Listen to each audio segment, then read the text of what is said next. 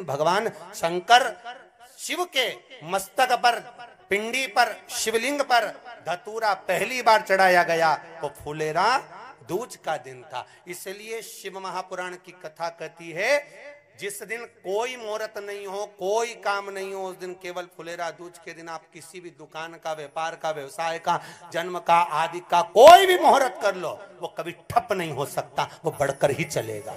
सारी जिंदगी के कांटे निकल जाते हैं, सारी जिंदगी के कांटे समाप्त हो जाते हैं फुलेरा दूज। कहते हैं दुनिया में सब दिन का दान, सब दिन का पुण्य समाप्त हो सकता है, और फुलेरा दूज का दान, पुण्य, सत्कर्म, भजन, कीर्तन, नाम स्मरण समाप्त नहीं होता। चक्कर आ जाते हो, अचानक गिर जाते हो, हापड़ी भराने लगती हो थोड़ा सा चलने पर, श्वास फूल जाती हो ज्यादा चढ़ने पर, उनके लिए विशेष है कि धतूरे की जड़ को, धतूरे का जो फल होता है उसकी जड़ महाराज निकाल कर, धोकर, उसको घिसकर शंकर भगवान पर उसका लेपन कर दीजिए। थोड़ी सी जड़ शिव जी पर चढ़ा दीजिए फुलेरा दूज के दिन। उस जड़ को पानी चढ़ाकर वापिस लेकर आ जाइए। जो मिर्गी का मरीज होता है, जिसको दमे की शिकायत होती है, श्वास की होती है, चलने में हापड़ी भरा जाती हो, फुलेरा दूज के दिन दोपहर के समय पर उसको वो जड़ केवल 3 या 4 बार सुगंध में सुंगा दी जाती है तो मिर्गी की बीमारी समाप्त हो जाती है, और जिसको दमा श्वास फूलता है उसको भी आराम लग जाता है। फुलेरा दूज के दिन उसके लिए नित्य आनंद का सुख दे जाती है। और भी ध्यान दें, जिसको बहुत भारी बीमारी हो, डॉक्टर कह रहे हैं कि ऑपरेशन की जरूरत है, ऑपरेशन कराना पड़ेगा, गांठ हो गई है, ये हो गया है, वो हो गया है, निवेदन है एक धतूरा फुलेरा दूज के दिन भगवान शंकर के शिवलिंग पर समर्पित करें, और 5 बेलपत्र नंदीश्वर भगवान पर अर्थात भगवान नंदी पर समर्पित करें। जीवन में कितनी बड़ी भी बीमारी होगी वो आगे नहीं बढ़ सकती, ऑपरेशन की जरूरत नहीं पड़ सकती, वो केवल फुलेरा दूज पर हो। धतूरा होता है विषैला। कैसा होता है? विषैला, बहुत विष होता है धतूरे के अंदर।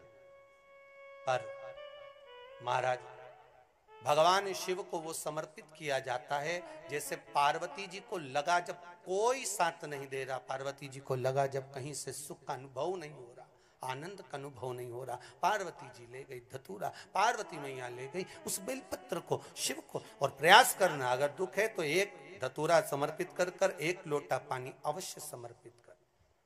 उनके लिए भी कहूंगा जिनको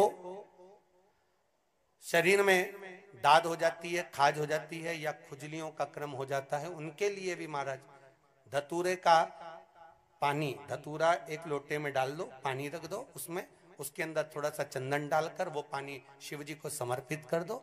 वही पानी को लेकर आ जाइए और कुछ देर तक शरीर में लगाकर बैठ जाइए महाराज। वो केवल फुलेरा दूज का है महाराज, उसको शरीर में लगाकर थोड़ी देर बैठ जाइए, 15-20 मिनट तक। शरीर के अंतर्गत कोई वस्त्र ना हो, उस वस्त्र को उतार कर उसको लगाकर बैठ जाओ। 2.5 से 3 महीने में दांत खाज, किसी भी चर्म रोग होगा वो धीरे धीरे समाप्ति की ओर हो जाएगा। महाराज फुलेरा दूज का महत्व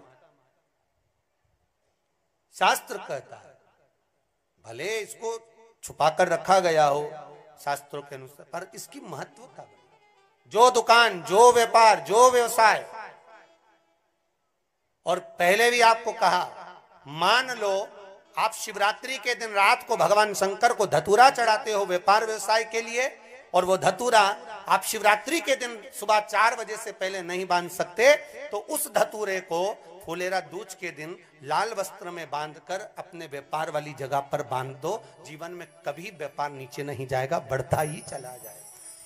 और उनके लिए भी निवेदन करूंगा जिनके यहाँ कर्जा बहुत है, बहुत कर्जा है, चूक ही नहीं रहा, पैसा ही नहीं रहा, व्यापार चले तो कर्जा चूके, उनके लिए भी निवेदन करूंगा। एक धतूरा बेलपत्री के पेड़ के नीचे शिवलिंग का निर्माण कर कर फुलेरा दूज के दिन उस धतूरे को अपनी कामना कर कर हल्दी में भिंगोकर उसको भगवान शंकर को समर्पित कर दीजिए अपनी कामना कर कर। उसी हल्दी की 1 बिंदी अपने साथ में रुमाल में लगाकर अपने व्यापार व्यवसाय की जगह पर लेकर जाइए।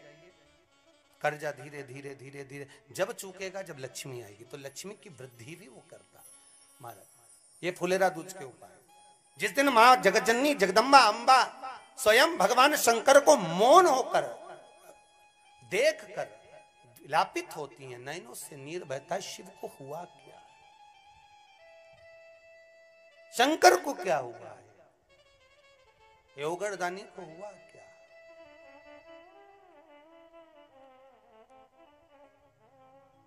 नयन जलता मैं तो बैठी थी गंगा किनारे, मैं तो बैठी थी गंगा किनारे,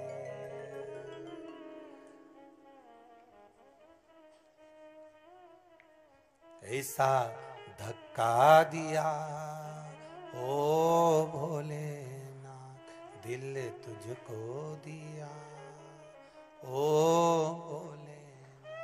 भगवान शिव ओगड़दानी, त्रिकालदर्शी, कैलाशी, अविनाशी, इस चित्तवृत्ति के मन की बात को धारण करने वाले,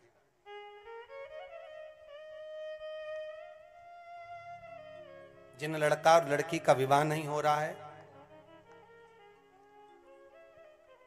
महाराज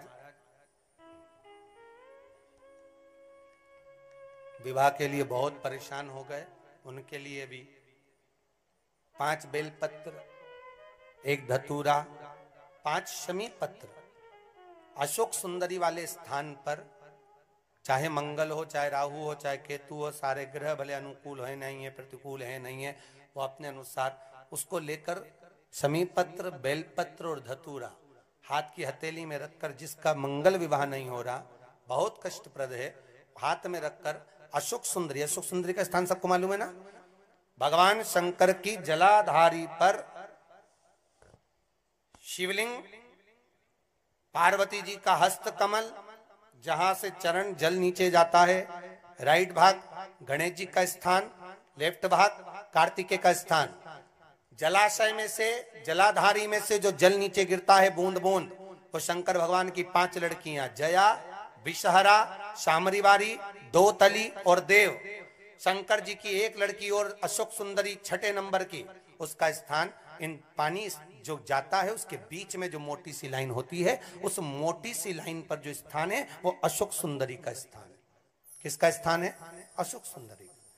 शंकर भगवान का संपूर्ण परिवार, जलाधारी माता पार्वती जी का हस्तकमल, चरण, राइट में गणेश जी, लेफ्ट में कार्तिकेय जी, बीच में अशोक सुंदरी, और ऊपर से जो 1-1 बूंद पानी गिरा रहा है वो है शंकर भगवान की 5 लड़कियां, जया, विषहरा, शामरीवारी, दो तली और देव, शिव की 5।